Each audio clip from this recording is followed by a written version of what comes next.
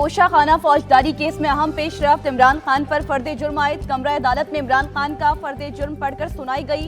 Chairman Tehreek Insaf Imran Khan का सेहत जुर्म और दस्तखत करने से इनकार।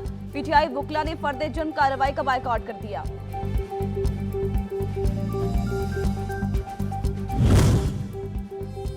अलकादी ट्रस्ट केस की पुलिस लाइन हेडक्वार्टर में समाअत। नैब की जानिब से चेयरमैन पीटीआई इमरान खान की 14 रोजा जिस्मानी रिमांड की इस्तदा पर फैसला महफूज।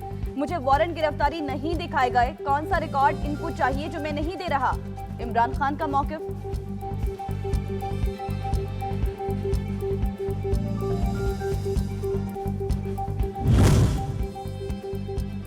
पेशावर में पीटीआई कारकुन ऑफिस से बाहर। रेडियो पाकिस्तान की इमारत में दाखिल। इमारत में तोड़ फोड़ के बाद आग लगा दी। पुलिस की जानिब से शेलिंग जारी। मुश्ताइल कारकुनान ने ईदी की एम्बुलेंस भी जला दी। आला हुकाम ने पीटीआई रहनुमाओं की गिरफ्तारी का हुक्म दे दिया।